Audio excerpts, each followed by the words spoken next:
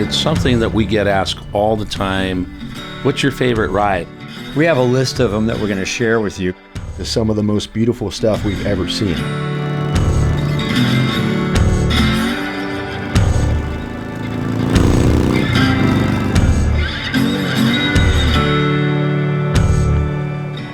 Well, I have to tell you, last year we did a year in review, and the video did quite well, and it's something that we get asked all the time when we're out and about, whether it's comments for the YouTube channel, the podcast.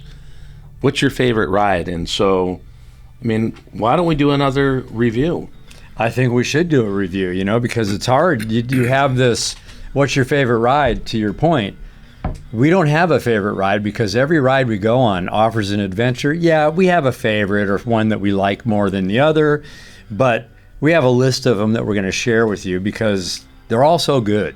Yeah, like you said, I think every time people ask us that, our answer is kind of always the same, right?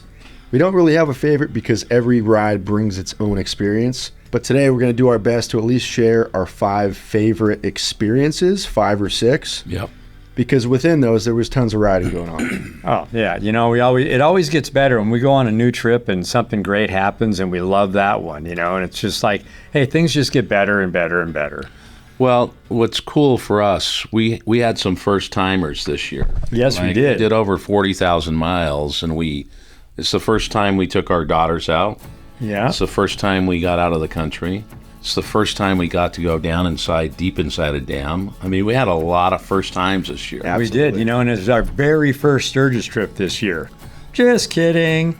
Maybe the first trip we've had 9 out of 10 days of rain, though. So a lot of firsts. There was a lot of firsts. Yeah, that is a good point. That was the first heavy rain trip. And another cue into what they might hear about today, probably the first time we stayed on a single road for multiple days.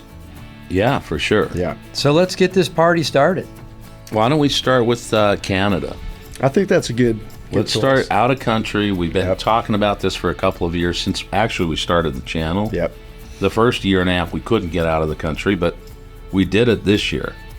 And even before making it across the border, heading through Utah, Idaho, Montana, that was just like a precursor to some of the most beautiful stuff we've ever seen, right? Insane. Well, one great thing about it, all 5 of us, because we had our wives with us, all 5 of us experienced new sights at the same time. And so it made for an exciting trip. I would say this because you were not that excited to get out of the country or go to Canada at first, right? And think about what we saw.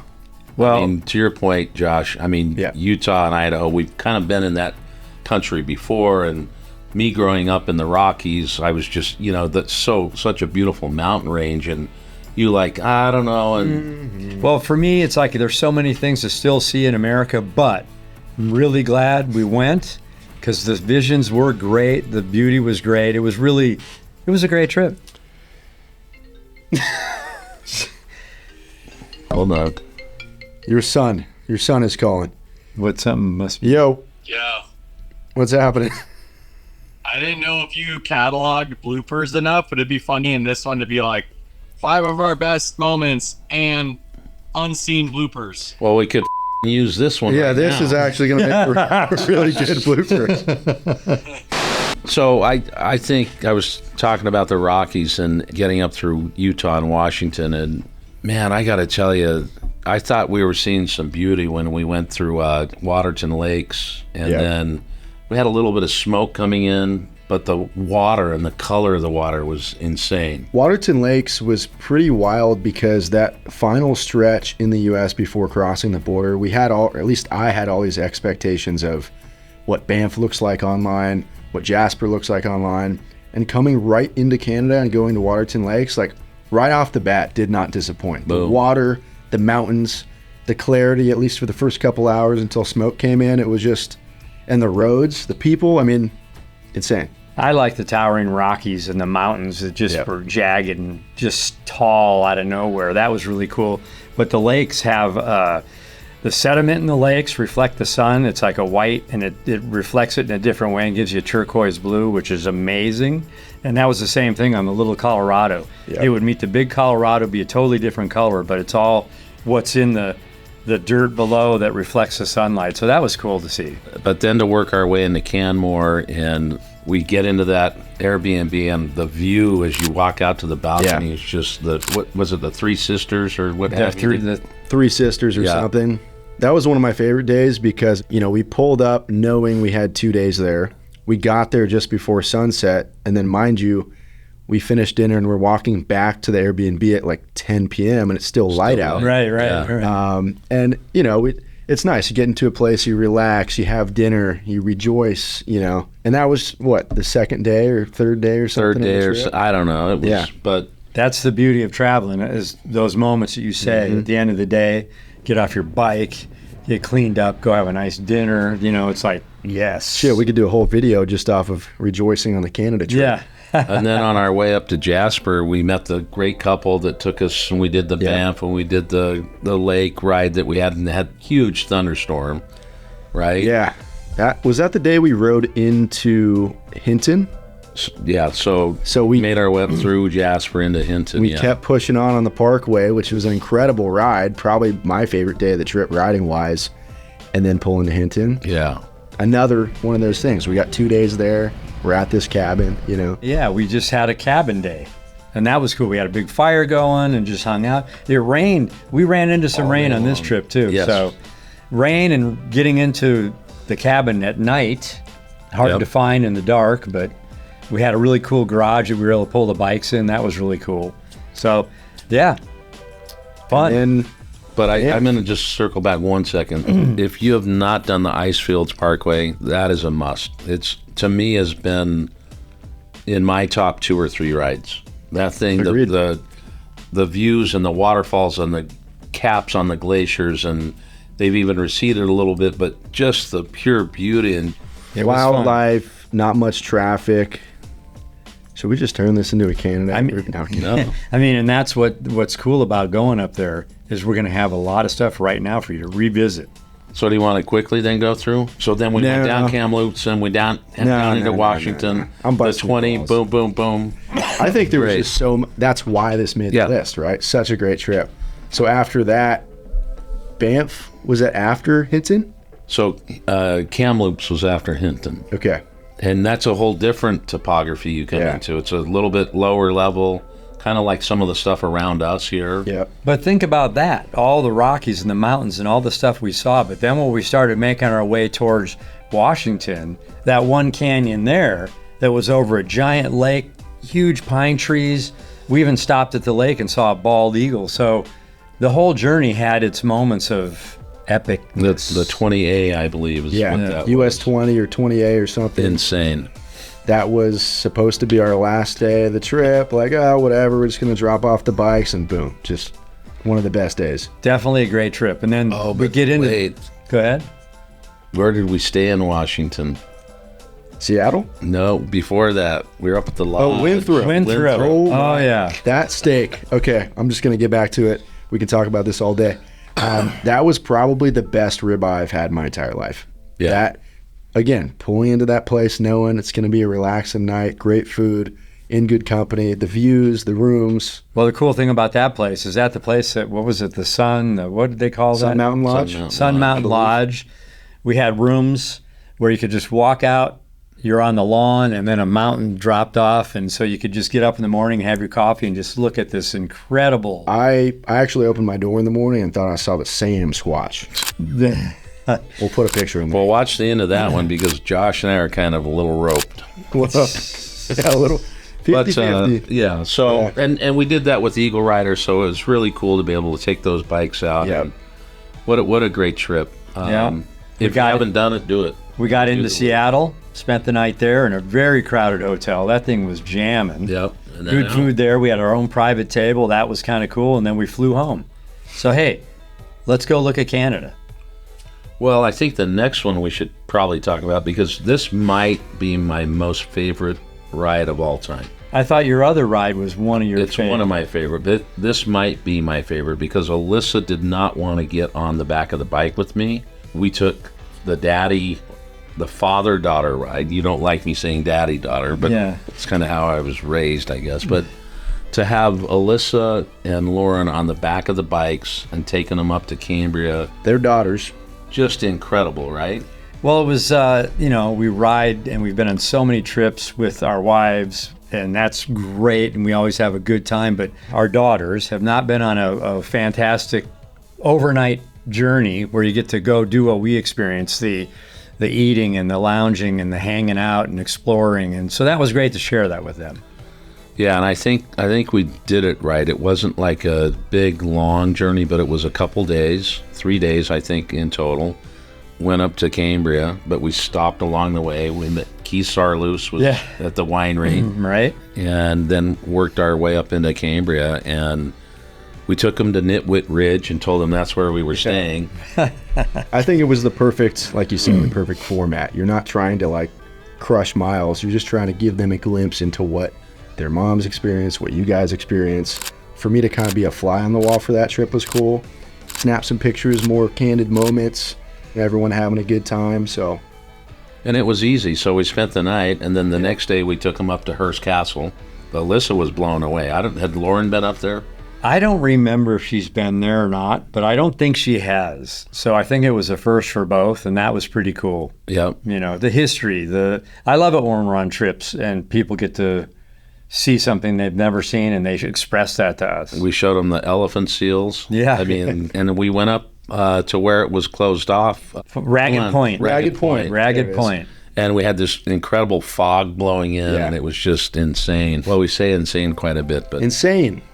But then we worked our way back down to this great sunset dinner, and then we took them to the next morning. Went to what's the cookie company? Come on, Brown Butter Cookie Company. Brown Butter You Cookies. Wait, we ate at the restaurant. Sea Chest.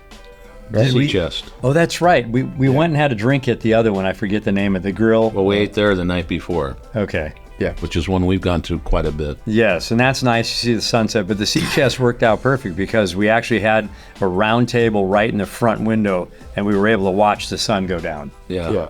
So that was a great experience. It was a learning time, spending time with our daughters, and that made this trip fantastic. And it was good because they both just relax. And I don't think Alyssa really knew the senses and the smells and just how freeing it can be. And I think the same with Lauren, because she's got 2 young kids. She's got, this husband of hers, Mark. No, I'm kidding, great guy.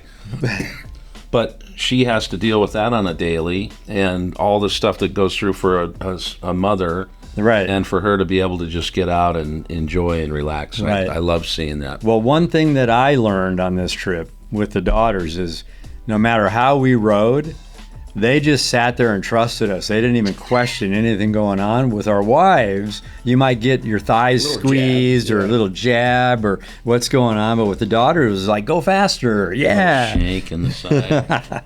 So, yeah, it was a good togetherness journey. So if you have a chance, do that with your daughter. Yeah, And special. I think when it comes to like looking at this list of trips, each thing has its own aspect like that. One might be the company, one might be the scenery, one might be the stories that were only funny after the trip. Right. That stuff like that. So it's cool. I think we put together a decent list. Yeah, for sure, for sure. What do you want to talk about next that made the list? Do you want to talk about our friends and about 60 miles away from us? Yeah, we should I definitely think- talk about the Who's that? Laidlaw I think group. speaking of stories that were more funny after the fact, that brings us to our next ride, the Laidlaw Tombstone ride with the Laidlaw crew, which was just a lot of rain.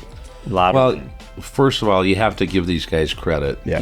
They have the dealership open Friday, Saturday. They're closed Sunday, Monday.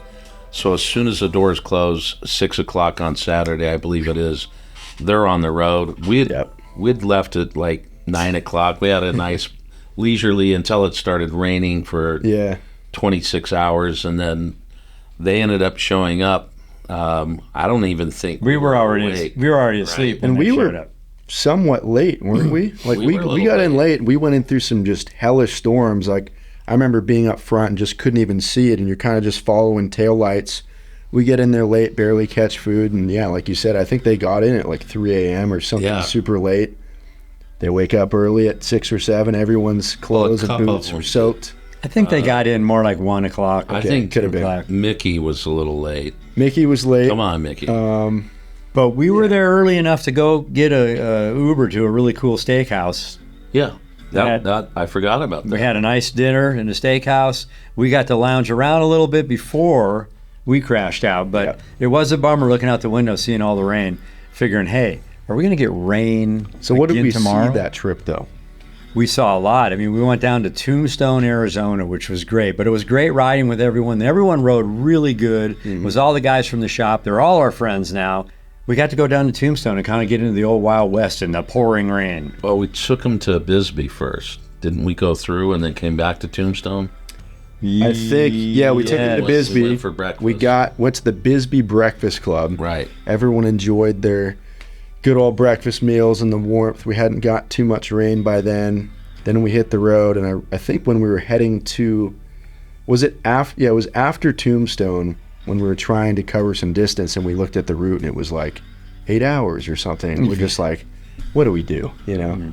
We kind of looked at the weather map, and it looked like the rain was clearing out of Tucson. Yeah.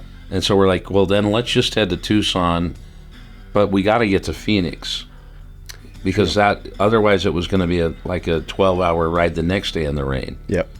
And we're like, well, if we don't get to Phoenix, because we really wanted to stay in Jerome, right? So we bolt through Phoenix, and we're still in the rain through Phoenix and through Tucson all day long. It finally clears up a little bit. Josh and Killa take off.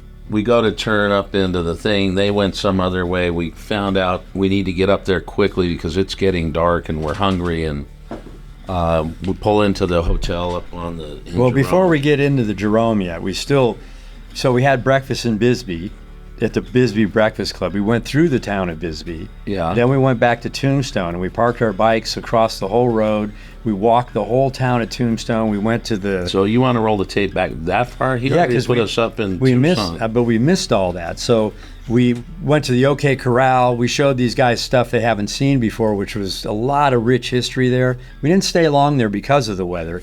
Then we did everything that we're talking about here and ended up in Jerome at a weird place. Was it haunted? Supposedly it was haunted. Matt thought it was haunted. I never saw or heard or felt I anything. had someone pulling on my toe. Yeah. That was a pretty interesting stay.